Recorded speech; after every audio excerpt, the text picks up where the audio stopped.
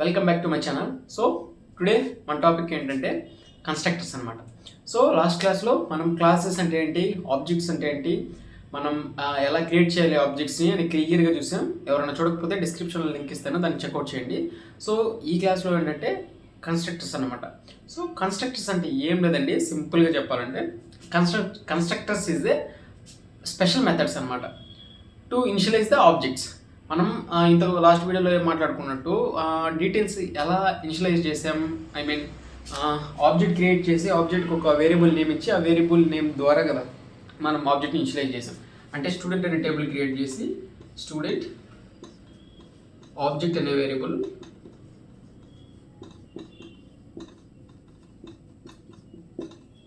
ఇలా మనం ఒక ఆబ్జెక్ట్ క్రియేట్ చేసాం కదా. సో ఇలా ఒక ఆబ్జెక్ట్ క్రియేట్ చేసి సో ఈ వేరియబుల్ నేమ్ ద్వారా కదా మనం యాడ్ చేసాం. సపోజ్ ఎగ్జాంపుల్గా చెప్పంటే object dot name equal to Ajay. So ఇట్లా కదా మనం చేసింది ఇలా కదా, లాస్ట్ క్లాస్లో చెప్పాను, లాస్ట్ క్లాస్ ఒకసారి చెక్అవుట్ చేయండి. సో ఇలా చెప్పాము అనమాట. సో ఈ కన్స్ట్రక్టర్ ద్వారా ఏంటంటే మనం స్పెషల్గా ఈ లైన్ రాయని అవసరం లేదనమాట. ఓకేనా, మనం మళ్ళీ ఈ వేరియబుల్ నుంచి ఇలా ఇనిషియలైజ్ చేయలేదు అనమాట. ఆబ్జెక్ట్స్ని డైరెక్ట్గా ఈ బ్రాకెట్స్ ఉన్నాయి కదా, ఈ బ్రాకెట్స్లోనే ఇనిషియలైజ్ చేసుకోవచ్చు అనమాట.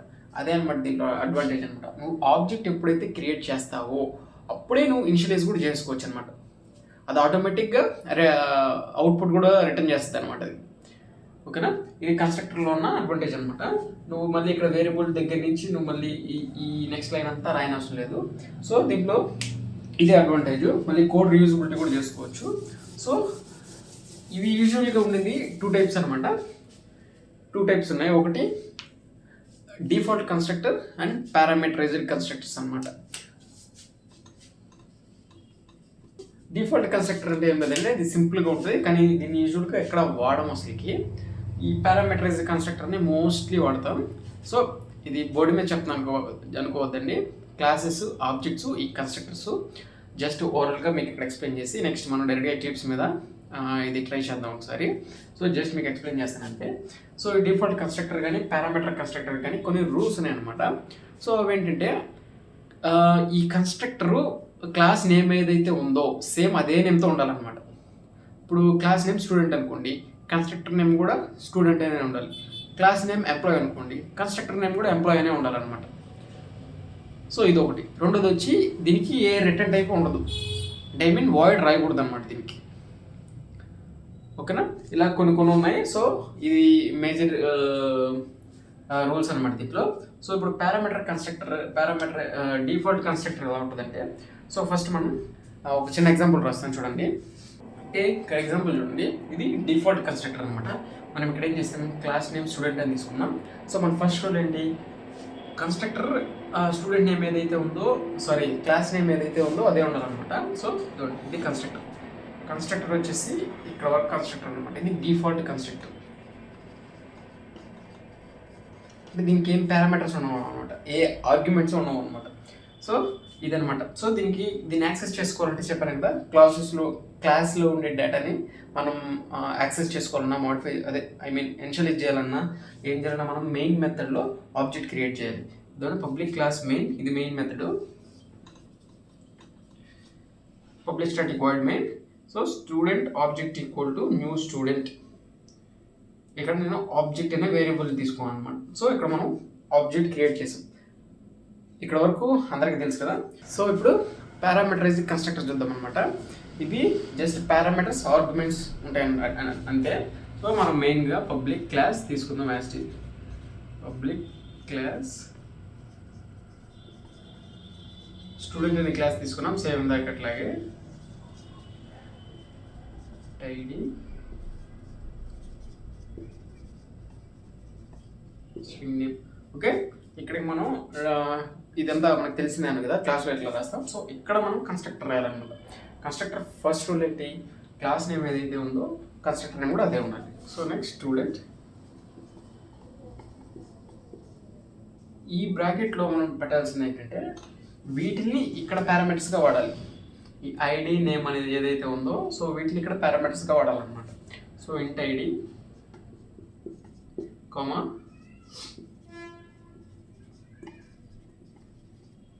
String name.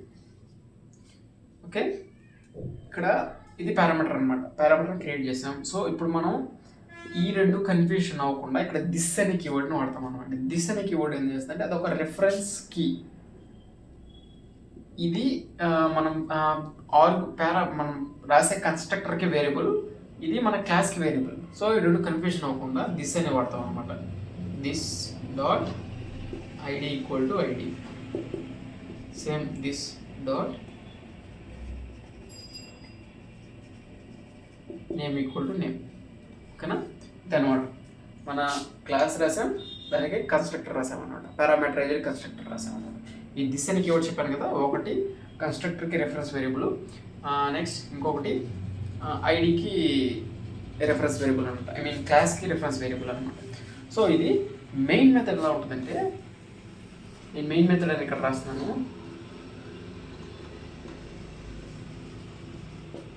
సో మెయిన్ మెథడ్లో మనం ఆబ్జెక్ట్ క్రియేట్ చేయాలి కాబట్టి, సో ఆబ్జెక్ట్ యాజ్ యూజువల్గా క్లాస్ నేమ్ స్టూడెంట్ ఏదైనా నేమ్ ఇచ్చుకోండి, object equal to new student. ఇక్కడ ఇలా రాసాం. ఇదేంటది డిఫాల్ట్ కన్స్ట్రక్టర్కి అండ్ పారామీటరైజ్డ్ డిఫాల్ట్ కన్స్ట్రక్టర్కి నార్మల్ ఆబ్జెక్ట్కి మనం క్రియేట్ చేసాం అనమాట. సో మనం ఇంతకుముందు మాట్లాడుకున్నట్టు చేయాలంటే ఇక్కడ obj dot ID equal to 1, obj dot name equal to Ajay, ఇట్లా రాయాలి కదా. సో ఇది ఆబ్జెక్ట్ క్లాసెస్ జనరల్గా అనమాట. సో మనం ఇక్కడ కన్స్ట్రక్టర్లో ఉన్న అడ్వాంటేజ్ ఇదే. సో మనం స్పెషల్గా మళ్ళీ ఇక్కడ ఇన్ని లైన్స్ రాయని అవసరం లేదనమాట. With in the object create చేసేటప్పుడే మనం అది రాసేసుకోవచ్చు అనమాట. సో ఎట్లాంటి ఇక్కడ మనం రెండు బ్రాకెట్స్ ఓపెన్ చేసాం కదా స్టూడెంట్ దగ్గర.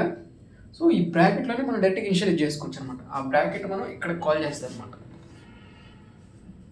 ఓకేనా, ఈ స్పేస్ ఏదైతే ఉందో ఇక్కడ కాల్ చేస్తాం అనమాట ఆబ్జెక్ట్ చేసినప్పుడు. సపోజ్ ఇక్కడ ఇంట్ ఐడి ఉంది, సో మనకి ఇక్కడ ఐడి రాయాలి 10, స్ట్రింగ్ నేమ్ అంటే మనకు నెక్స్ట్ నేమ్ ఇవ్వచ్చు అజయ్.